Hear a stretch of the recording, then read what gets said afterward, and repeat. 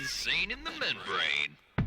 Hello and welcome to another edition of your favourite podcast, Insane in the Membrane, with me, Rich Wilson. And today I'm joined by the wonderful Tania Lacy. Hello. Hello, how are you? I'm very well, thank you. How are you? Where do we find you in the world?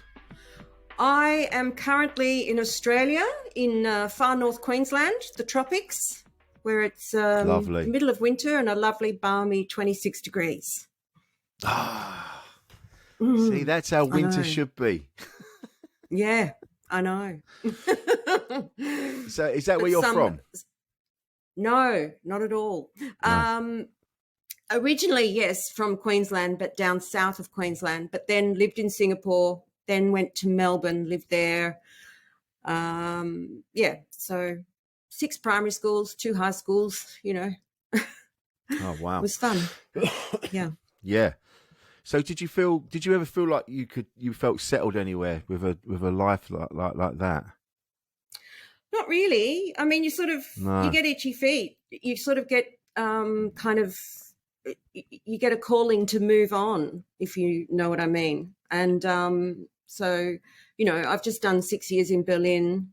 I've come back to Australia when the world capsized. We came back here and we wanted to go somewhere warm because we wanted to be outdoors because we hadn't been for like a year and a half.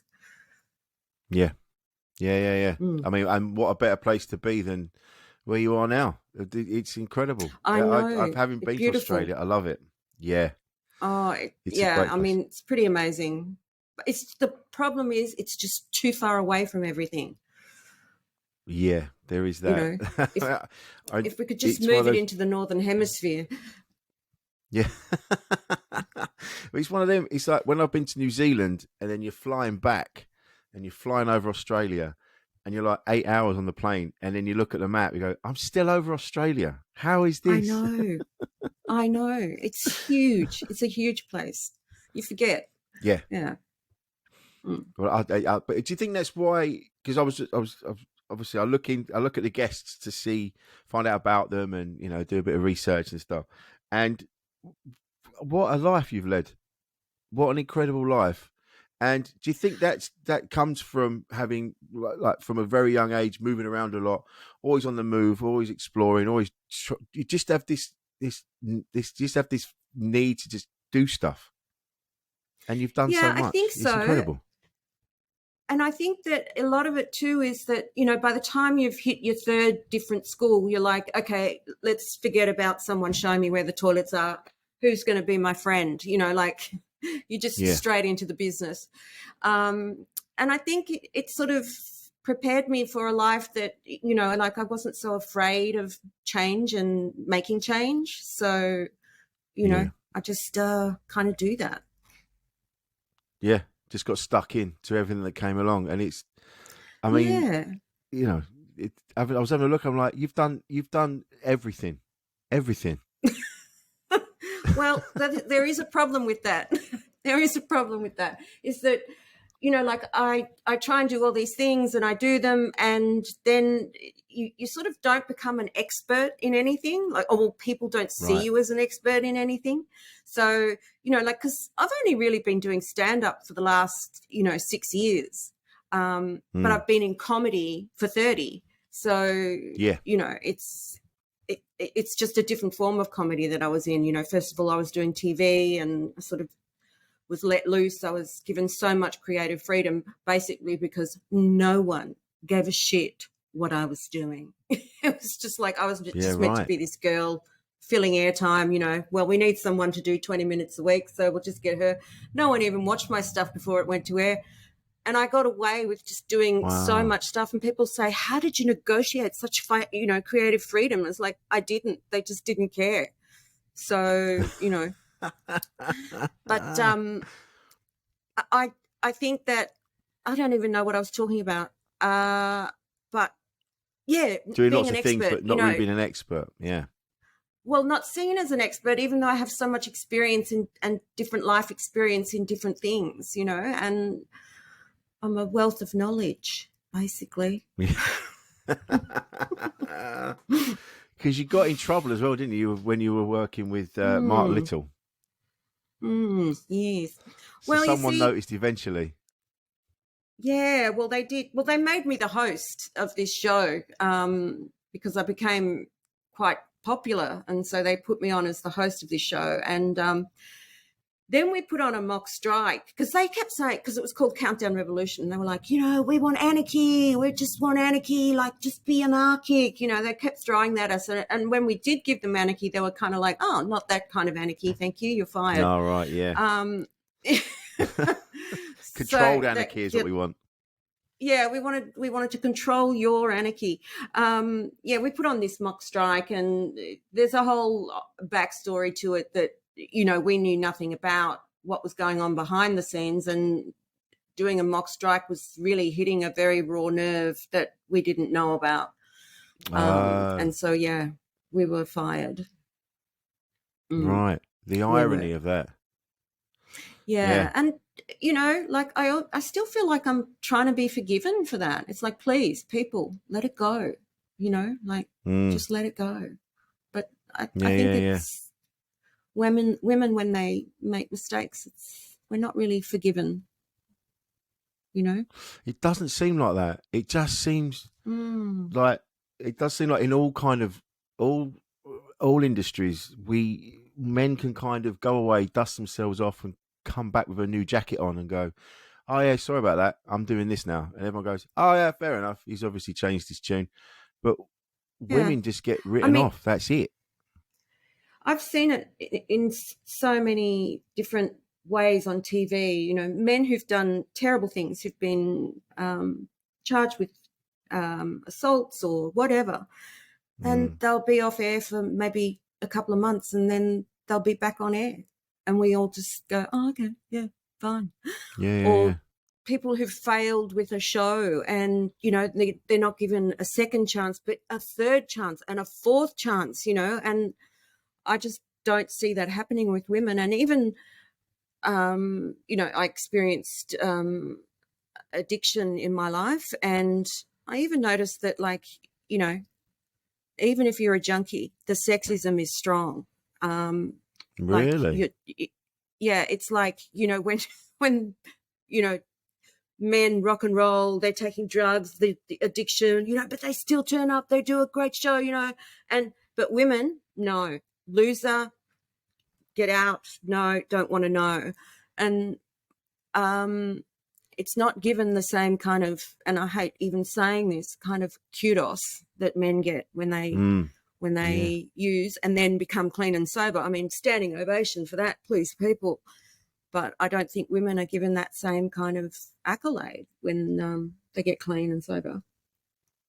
No, it's always seen as what you were doing was a weakness, and you were weak, and my addiction was, Yeah, I was just going to say my addiction was very much tied into my mental illness, and as is most addiction. And so, it wasn't like I was just very sick, at that time. Yeah. So when you say mental illness, what are we talking about? It was probably one of the more colourful but horrible ones. It's called borderline personality disorder. Right. Okay. And whilst I don't want to be the poster child for borderline personality disorder, I will be. It's something that's being diagnosed more frequently in the last maybe 10 years.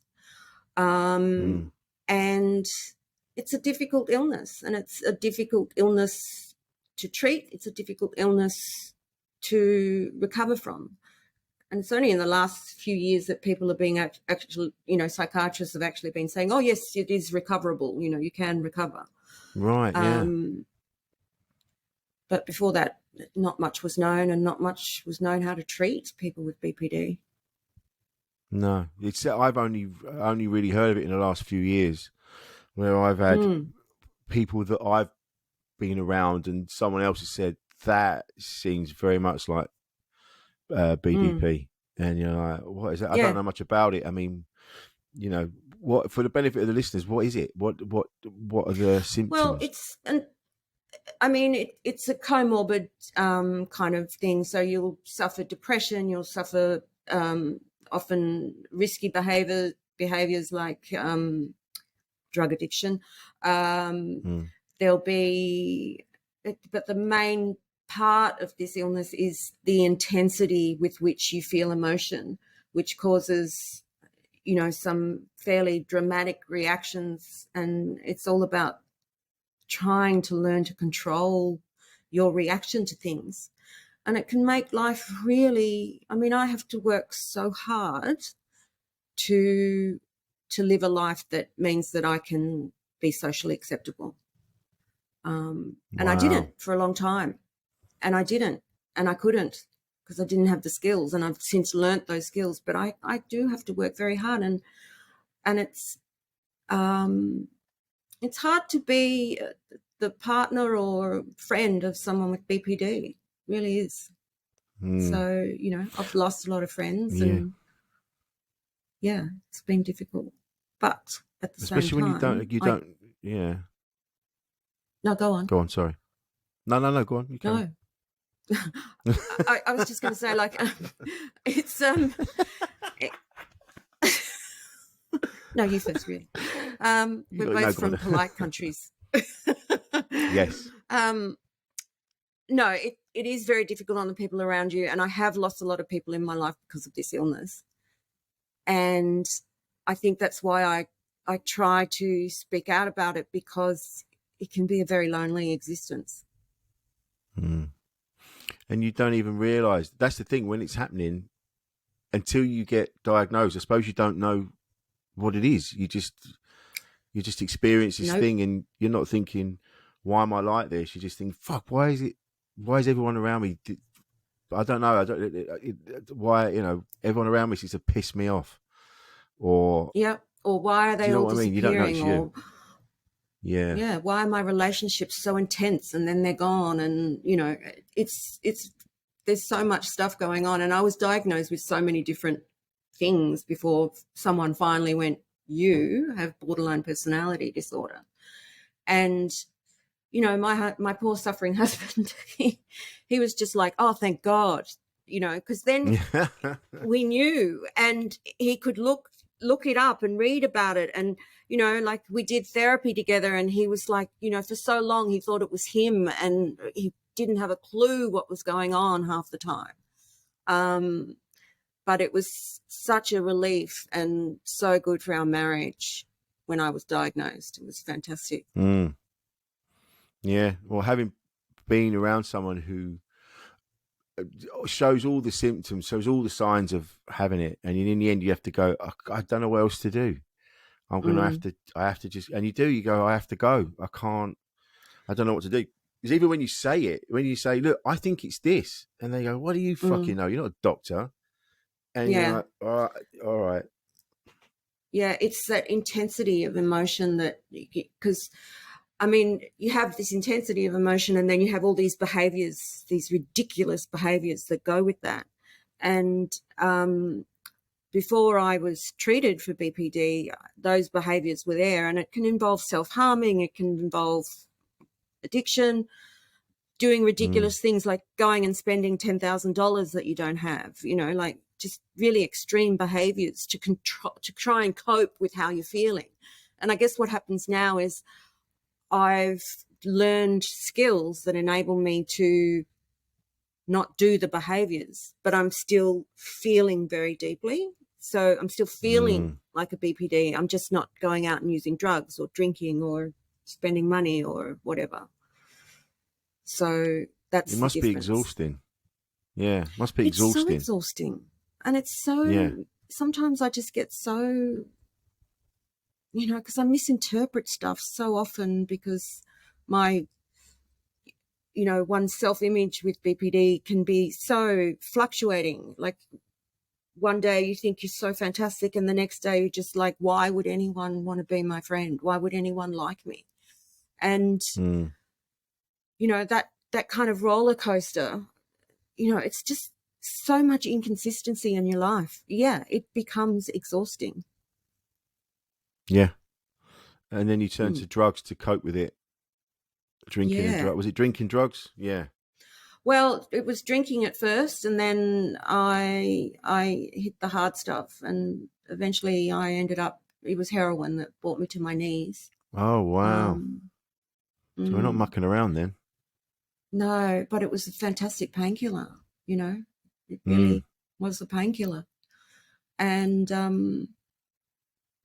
yeah. So, but eventually, I was one of the lucky ones that got clean and sober, and I've been clean and sober for over 22 years now. So, Yeah. mm.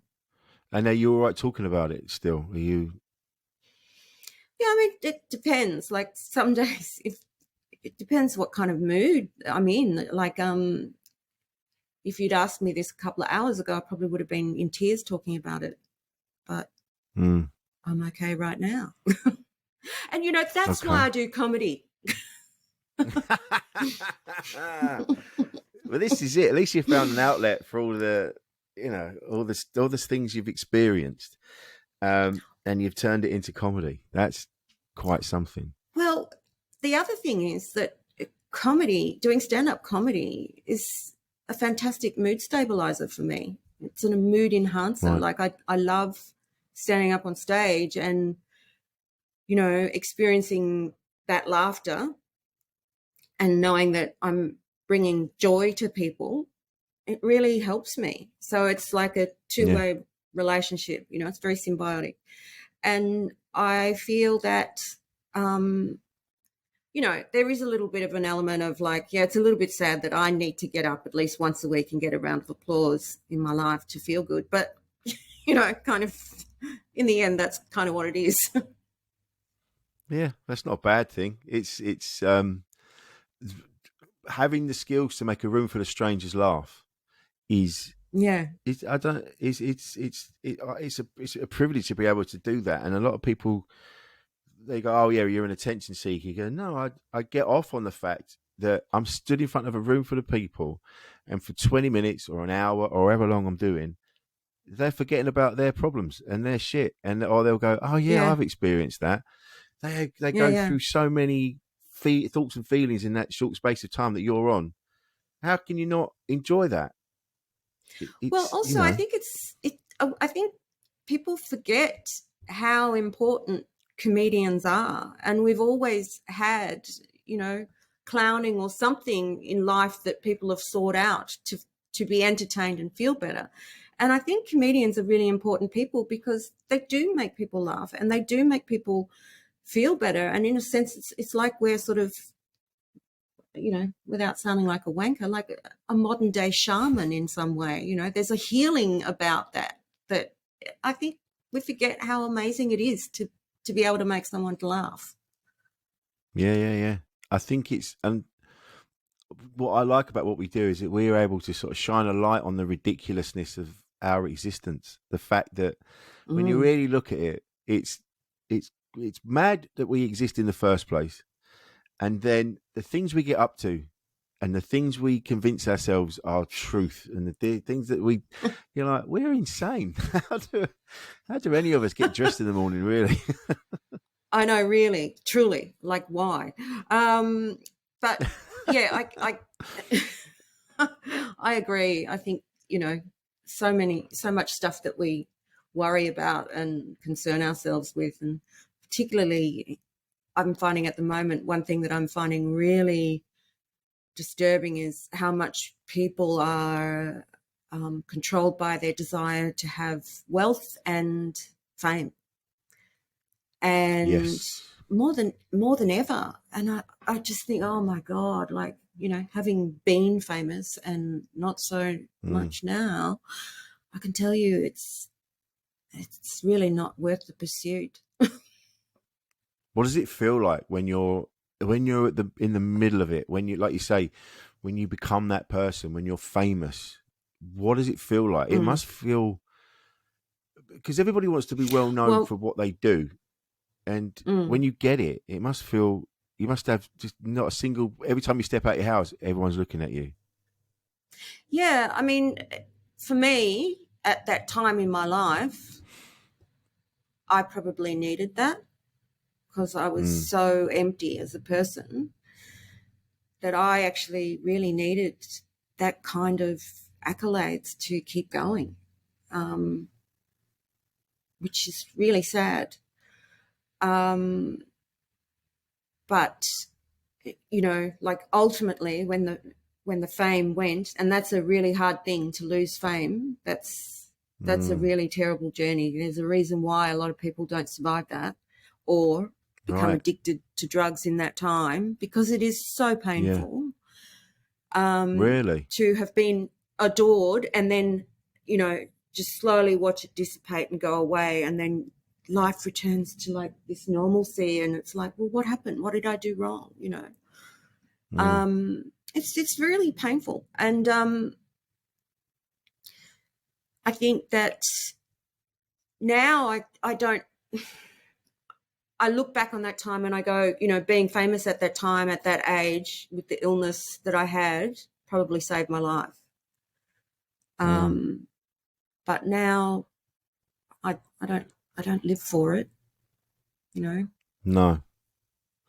I mean, I actually wanted to be famous. Like, that's what I wanted. Yeah. Like, I remember in year 12 we had to write down, you know, what you wanted, and I said, I want to be rich and famous. And this priest was like, I hope that you're not. Really? What a dickhead. Yeah, what do you know, mate? Yeah, word of God, my ass. You know, like, it was just like, what? Why would you say that? And I understand what he means now, because it's not the answer to your problems. You know, it really isn't. They'll catch you eventually. I remember watching years ago. I'm a big fan of In Excess, and I remember watching an interview with Andrew Farris, and he said, that famous quote of like, "Be careful what you wish for, because you might just get it." And it never made sense to me until later on. I'm like, oh shit, yeah. Yeah, it's very true. Yeah, like I say, at that time in my life, I mean, I have to say, life as a famous person is so much better, though. So much better. It must be nice being in demand. The phone's ringing, everyone wants to work with you. Yeah. You know, you walk into a restaurant, oh, do you have any available? Yeah, just 1 second. You, that family there, get them the fuck out. We're going to give that table to Tania Lacy. It's really just, you know, people will do anything. Yeah, get out or I'll kill you and your children. Get out. Yeah, it's an unrealistic existence, but it's so fun. Like, it really is so fun. Yeah. And do you feel it? Is there a moment where you suddenly go, oh, hang on a minute, things feel different now. I'm famous. Do you know what I mean? Is there a day when you wake up, or does it just sort of gradually happen?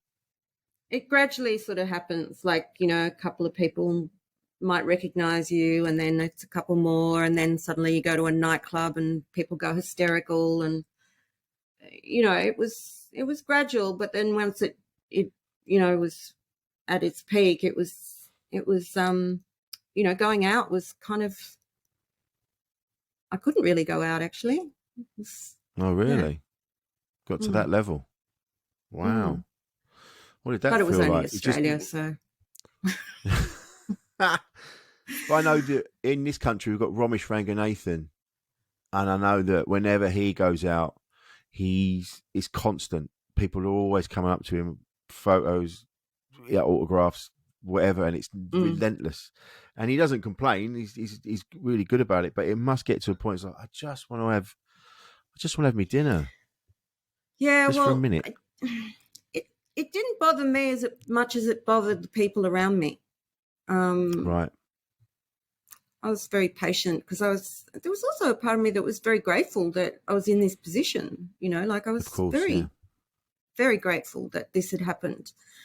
And it had happened in such a way, it was the kind of stuff you dream of. I was in a TV studio dancing, someone spots me, I get asked to audition for a new show, and I get that job. And, you know, like, it's a fantasy. Yeah. So I was very grateful, but it would often piss off the people that I was with. They'd get really Right. tired of it very quickly. My family would tire Yeah. of it very quickly. So yeah. So it just got to a point you just couldn't go out and. Yeah, I just kind of didn't. It wasn't worth it. Yeah. Yeah. But also I was a workaholic, so I was quite happy to be at home, just writing for my next day shooting. I'm going to do this. So Yeah. it was fine. Yeah, I guess when you're at that level, you've got, the work. You've still got to do the work, and keep it at that level for as long as you can. Yeah, more than ever. It was very intense, but I loved it. I love being that busy. I think that's something I probably should look at. I mean, at the moment, I'm doing this tour and I'm doing a law degree because I needed a hobby. So. You sound like a mate of mine. I got a friend of mine, and he just does PhD after PhD, and you're like, why? He goes, I like doing them. Oh, he gets a better seat at a restaurant, Dr. Whatever. My manager used to always ring restaurants and book under like Dr. Whatever his name was, because he said you get better service and a better table. Wow. I'm gonna have to go. I'll keep that in mind. Yeah. Yes, it's Dr. Lacy. This is it. Yeah. So the drink and the drugs issue, was that before you became famous, or was that No. That was when it sort of all started tanking, and right. I didn't have the fame to lift me up anymore, to build up my confidence, to sort of help me exist in a world, and my money was running out. It only lasts so long. And I was drinking a terrible amount, and then it was the usual party drugs, and then I was very glad that I found heroin because it stopped me from drinking so much. So saved your liver. Yeah. So it was through that period where I kind of lost the fame, but also, my mental illness was catching up with me. So I was feeling more the depression that that had been able to be pushed away because I was so busy and, enjoying my work so much that I didn't have time to feel that. And if I did, it didn't last for a long period of time because, I had to perform. And so when all that went, it was just me. And I couldn't cope with that. And that's when I started to really seek out drugs that were going to kill my pain. And I didn't even realize that I had anything wrong with me until I ended up in a rehab and they started treating my mental illness. Right. So, yeah. But at that stage, they diagnosed me as major depressive disorder. So, it was a good many years after that before I was diagnosed with BPD. Right. I think this is one of the things about our industry, entertainment industry, is that it is so brutal. Like when you're coming up and you feel like no one gives a shit, and then you do something and then everybody gives a shit, and you think, like you say, you've made it, you're there, you've been allowed into the big room, and then suddenly you go into the big room one day and you've been locked out, and it's you see it all the time with people, and even now they say that they've got measures in place and there's aftercare and there's this and there's that, but that's bullshit. It's bullshit. It's just once they don't make money from you anymore, they're done. Yeah, you do feel like a little bit of waste tossed onto a pile. And I mean, there's so many people who experienced, elements of fame in their life as younger people, and they end up dead. And you got to ask yourself why. Yeah. It's not a coincidence. No, You know, it's a very no. painful process to go through. Especially like you've just said, if you're a child and you go through it, you see it all the time. Macaulay Culkin famously, Corey Feldman and all these people that were Yep. child stars, Yep. and they just lose their minds. And talented child stars too, you know. Yeah. They were very talented, you know. And Corey Feldman's best mate, Corey, whatever his name was, I've forgotten. Oh, It's Corey terrible. Haim. Haim, yes. I mean, he's Yeah. died. Yeah. And there's a lot. There's another, you know, the people who were on different strokes, you know. Yeah. There's a lot of people, and I understand, like, all those people that respected me and spoke to me with such glowing, you know, oh my God, rapture. None of that happened anymore. They didn't talk to me. No one called. Nothing. And Wow. like I said, it's very painful. And you do really feel disregarded. But you seem to have a resilience that not everybody has, and a lot of people do have it. But you were studying, you were a ballet dancer, and then you had that a severe accident, which meant you couldn't do that anymore. But then you became a choreographer. So you didn't even on that level when you were like, right, you were not going to ballet dance anymore, and you were like, and I imagine at the time it was horrible. You must have been, you know, beside yourself at that point. I mean, that was the first thing that happened in my life. I mean, a lot of people would never have something like that happen, and have to go through that ever in their life. But basically, my entire life, I just wanted to be a ballerina. That's all I wanted. And I got into the College of the Arts, which is a place you audition for, and they take, you know, 30 people, 20 people out of the whole of the country. Wow. And in my second year, a drunk teacher, he was drunk and he was always drunk, he dropped me and I snapped the bottom half of my leg from the top half.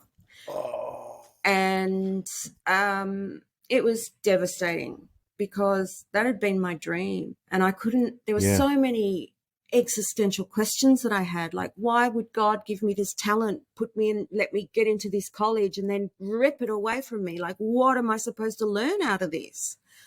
I just didn't understand. And I think it's a kind of accident that you never really get over. Like, that's always there as and people go, but you went on to be really famous and on TV. And I'm still like, yeah, but if I'd had my choice, I would have just been a dancer. I would have happily gone that route. And I say, before I'm anything in life, I'm a dancer. Like, seriously, like that's, that you put music on, that's still there in me. And that accident, you know, it was very difficult. But yes, I went back to the college after, you know, rehab on my leg and learning to use it again and everything. And I just couldn't keep up with the training. It was just impossible. And so I left the college and I went into commercial dance, which I could manage. And then I was dancing on this pop show called Countdown, which was like your Top of the Pops. And it was there that I was asked to choreograph a video clip for one of their newly assigned clients, which was Kylie Minogue. And so I choreographed and was in Locomotion. Which is amazing. I know, right there at the beginning. Can you believe it? I'm going to have to watch it again. I haven't seen it in years. I'm going to have to watch it again. Oh, my God. I have been in London walking through a mall, and that has played on a huge video screen. And I'm just like, you know, Kylie, if I'd known that this was going to be played 35 years later with me in a goddamn rah-rah skirt, Kylie, I don't know if I would have said yes, you know? But yeah, I mean, no, seriously, I loved it and I had so much fun. And then Kylie popped by one day and I was like, I'll just make a cup of tea. And I was in the kitchen like, what the fuck is Kylie Minogue doing in my lounge room?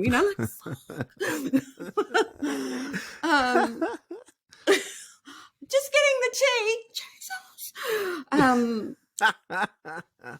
It was so bizarre. But, yeah, she, of course, I think the only person who had any doubts that day when we shot that clip was Kylie.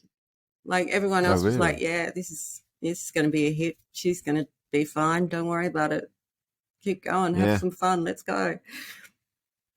It's incredible how massive she's become. I know. And I think this resurgence at the moment is so fantastic. Because as a woman over 50, I understand how difficult it is to stay relevant and to be relevant to people. And yeah, she's smashing it. It's fantastic. Do you know, I had this conversation yesterday with someone. We were talking about ageism in our industry, and it is still rife. I don't care what people say. There's no one gives a shit. And I was talking about it from my perspective, and it was a woman I was talking to, and then they were going, "Yeah, well, you try being a woman." Like women can't even. You can't. When I've seen comedians, and they talk about the menopause, and you see the audience turn off, or you see promoters go, "Oh, I'm not going to book her again. All she does is talk about the menopause," and you're like, "Yeah, it's a big fucking deal." Yeah, I know. I mean, yeah, if only men had to go through it. Yeah, I do think that ageism is a huge problem, and like I also feel like, and you might feel like this too, being an older person, like you walk into the back room at a comedy gig and suddenly everyone's like, quick, put the joint away, Mrs. Lacy's here. Like you just don't feel like you're kind of part of the gang, like, yeah. But at the same time, I don't demand respect from people. I really believe you have to earn it, but I just wish that you had to earn disrespect as well. Yeah. Because the way that I have been spoken to by people who are like 12, who've been, I sometimes just think, oh my God. And I have to stand there and I have to go, yep, okay, thanks for that. Yeah, thanks. No, I got it. Great. Because if I didn't, that would be a huge issue. Yeah. I know what you mean. And it's what gives me, what I take solace from is, they're arrogant now because they're young, and we all were, and they're all like, what do you know? And I take great solace in thinking, you'll be where I am one day, and you'll get this. You're going to understand exactly why I'm being the way I'm being, why I'm so chilled about this, because I know I knew that you were going to be in my position one day. Yeah, where you're like, oh shit, I'm not part of the club anymore. When you walk into a green room, you say hello to everybody, but everybody's normally hunkered down and they're all scribbling in their notebooks and they're all doing whatever they're doing and they're all focusing, or they've all been out paintballing together that day or whatever they've been doing. And you kind of go, and it used to bother me, but now I'm like, look, you're doing your thing, I'm doing my thing. As long as this show works and we all have a good time, anything else is irrelevant. And I know that once the show starts, I'm going to smash this. So you need to keep up. Yeah. You're not in an arrogant way, but you know what I mean? Yeah. I sort of wish that I was judged more on my talent, not my age. I feel like that's the first judgment that comes at me as a woman. As an older person, when you walk into one of those back rooms, the first judgment, it's like, what's dad doing here? What's mum doing here? I don't want them here. Like, so yeah, it's, oh God. Yeah. Cause I got asked the question recently, like what does being older mean, being at Edinburgh Fringe? And it's like, I'll tell you what it means. It means I won't get an agent. It means no one will want to tour my show. It's just, this is what it means, like seriously. It's just like it immediately, because everyone wants the next big thing, but that apparently you have to be young for that. And I don't know where that comes from. I mean, it's absurd. it's just weird to me. What, you know, Well, my dad was, there's a massive, Go on. my dad was Your someone dad. who was very successful later in life. You know, he got a law degree when Right. he was 40. He became a judge later in life, and Oh, wow. he's done some amazing things. He was administrator of Christmas Island, you know, like he's done some amazing things, and it was all later in life. And he's been allowed to have that success. And I just think maybe, I don't know, maybe there's something about the legal world that means they can go, oh, it's older. That's a good thing. But I don't find it's in many areas. No. And it's weird because, one, there's a massive audience for people of our age. Those people they still exist. They're still engaging on social media and things like that. They're still there. So why are you turning your back on them? You should be employing older people to tap into that market. They're the market. They're the people with money. They'll buy tickets. They're the ones with the dollars. They're the ones with the dollars. We've got the experience. So you know you're going to get a good show if you come and see us. It's not a waste of money. Not saying that young people are a waste of money, but you know what I mean. And yeah, no, I seriously do. Yeah. You know. Yeah. And we are relevant when we're part of an aging population. You know, hello. Yeah. Yeah. It should be, and the fact that we've you know, we have the experience. We've lived a life. We've got stories to tell. I know, that's the thing too. I want to share my knowledge. I want to help people. I want to give this away. Like so much stuff that I've learned along the way, and in the field of like working in television, you know, and then working as a writer in a writer's room, and you know, being in charge of my own career as a stand-up. There's a lot of experiences that I've had, and I want to share it. And I feel like I'm often, like I said, I wish you had to earn disrespect as well. Yeah, I know, but especially as a woman. I remember this early on. I've only been doing comedy for 20 years, but I remember, and I've said this quite a lot on here. I remember there was only ever one woman on a bill. She was on in the middle. It was known as the girl spot. And you're like, and that was only 2000, and that was early 2000s that was still happening. Well, and you know, I managed to get myself cancelled over that very issue, because when I came to the place where I live, I turned up for an open mic night, and you know, I was like, you know, I'd come from Berlin, where they're very progressive about women there, and I was kind of like, where are all the women? And they're like, well, the 2 women's spots are taken. The 2 women's spots. Oh, my God. Yeah. I was just like, oh, okay. Got it. Yeah. And I made mention of this on my social media page. And, I didn't get another gig. Unbelievable. See, this is the thing. What annoys me is these talks about diversity and needing to make changes. Yet it's still, women still get a shit deal. I've booked gigs and I've put women on, and the guy I was booking it for, and he went, these are all women, and I went, yeah, no, that's not what I've booked them. They're good comics. And he's like, yeah. I don't know if the people in the town, they might not go for it. But I was like, but they will. I know they will. And they did. And it was a brilliant night. And you're going, I don't understand what the problem is. Why is there still this stigma when it comes to women comedians? I don't know. And I completely get what you're saying, because I see it too. And frankly, at the moment, I don't know if it's like this in England, but in Australia, I think it's the women who are doing the more interesting work right now.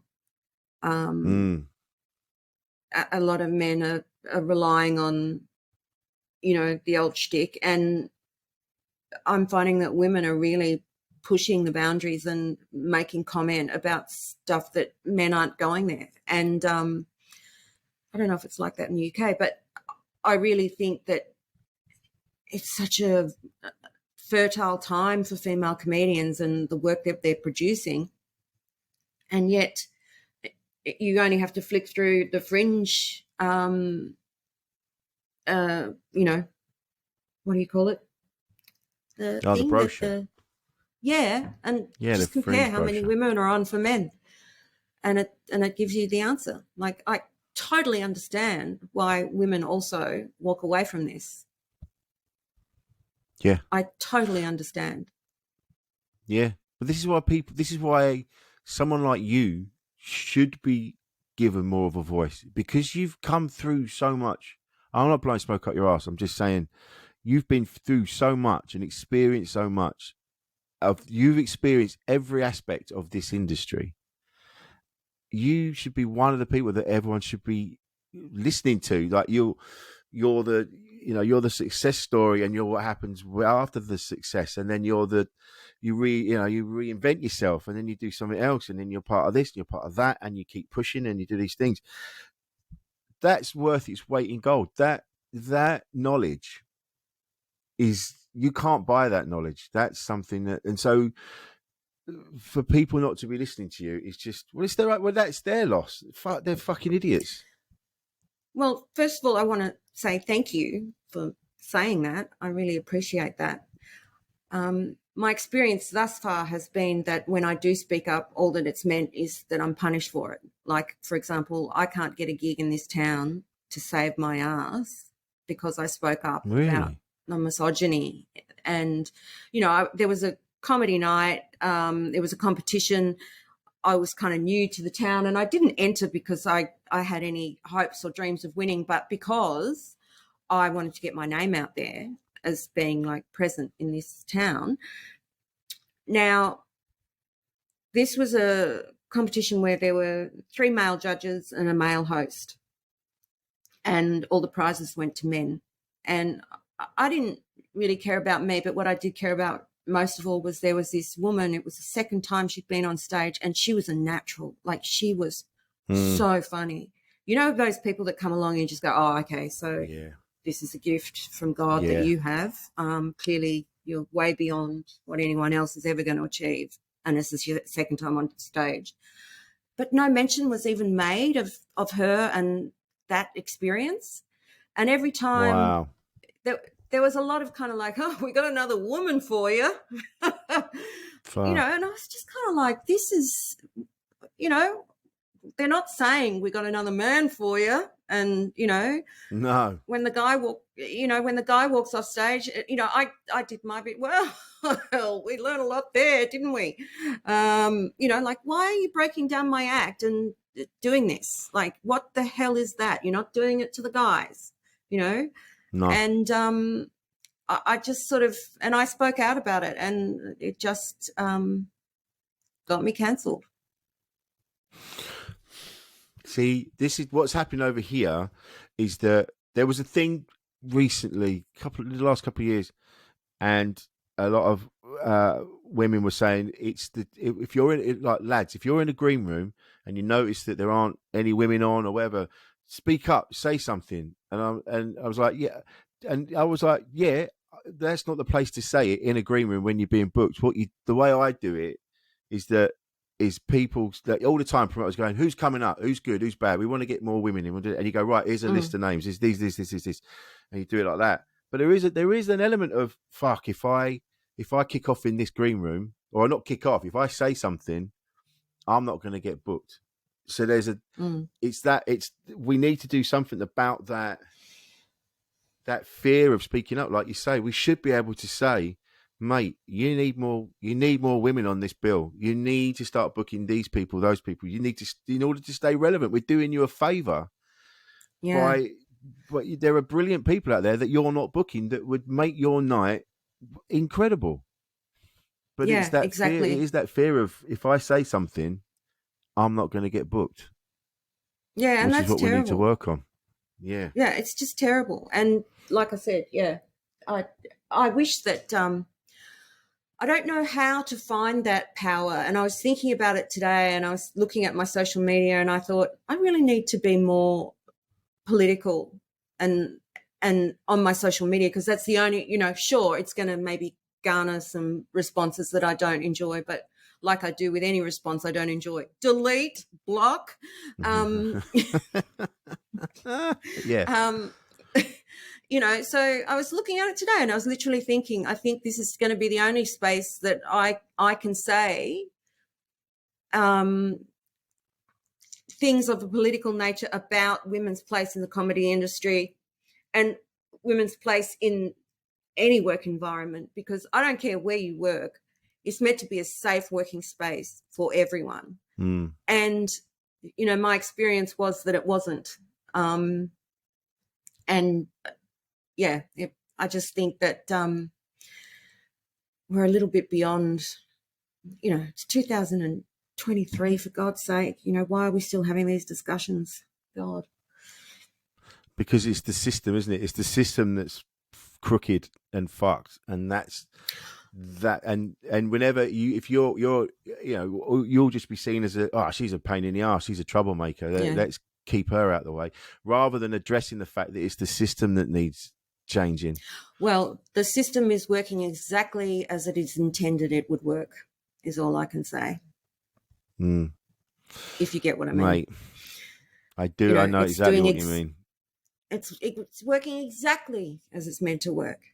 And, my finding has been that when you push up against those structures that are thousands of years old, that have no real place in our society today, the reaction is often extreme.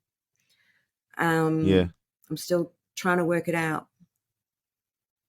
But that's the thing as well, and it's the fact that it's on you to figure it out. That's the thing, isn't it? Well, it's on men you. like you will make a difference. Yeah, but men like you make a difference by saying this stuff on your podcast, and that's great. It's, clearly your attitude is progressive.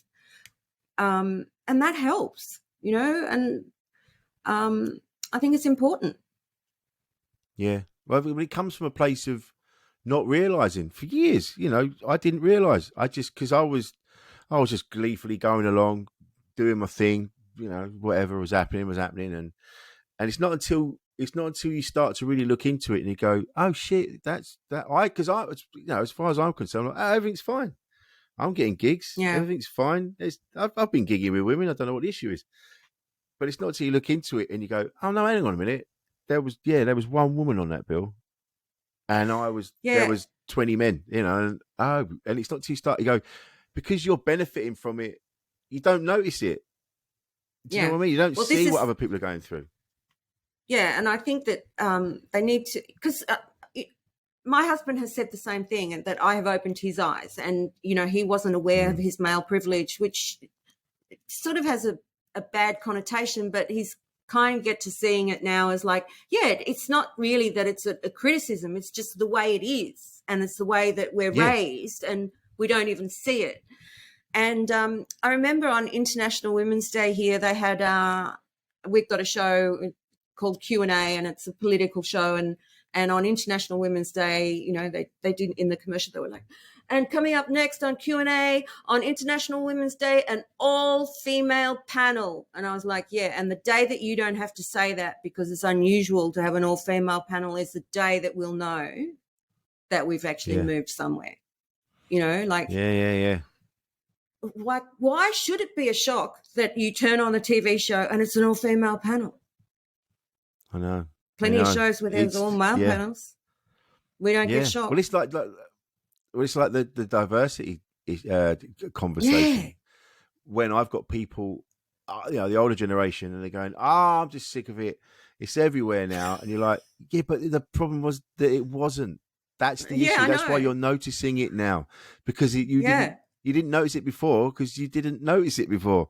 But now we're making changes, and we're going, actually, we need more people from this place and that place doing these things. Now you're noticing it. And now it's an issue.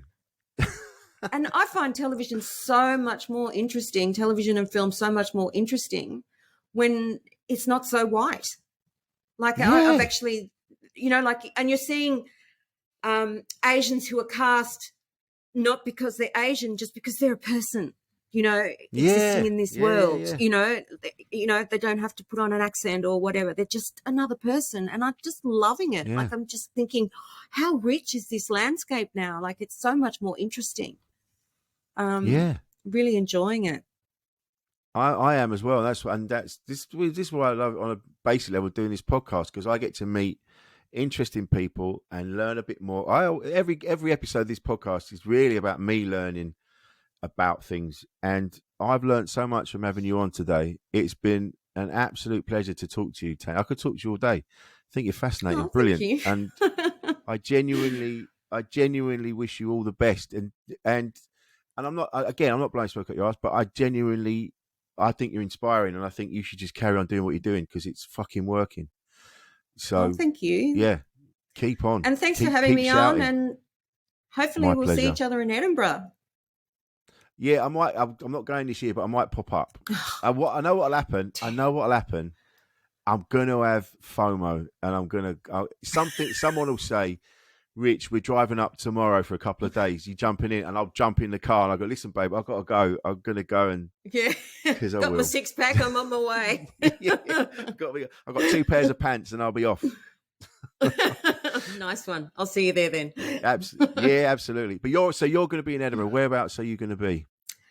I'm at Just the Tonic at the Caves, 7:30, 3rd to the 26th of August. Yeah. Cool. With my show, Everything's Coming Up Roses, which is nice, a highly sarcastic title. And where can we find you on all the socials? Tania Lacy, TaniaLacy on Facebook and Insta. Excellent. Lovely. As I said, it's been an absolute joy to speak to you today. And on the Kylie Minogue thing alone, people are going to go mad for that. Well, thanks so much for having me, Rich. It's been my pleasure. Enjoy. I don't know what time it is over there. Is it morning or night? What are we talking? It's nighttime. We're at 9 p.m. at night. Okay. Well, go and enjoy the rest of your evening. It's been a pleasure. Thank you. This has been Insane in the Membrane. I've been Rich Wilson. Yeah. This has been Tania Lacy. We'll see you next time on the podcast.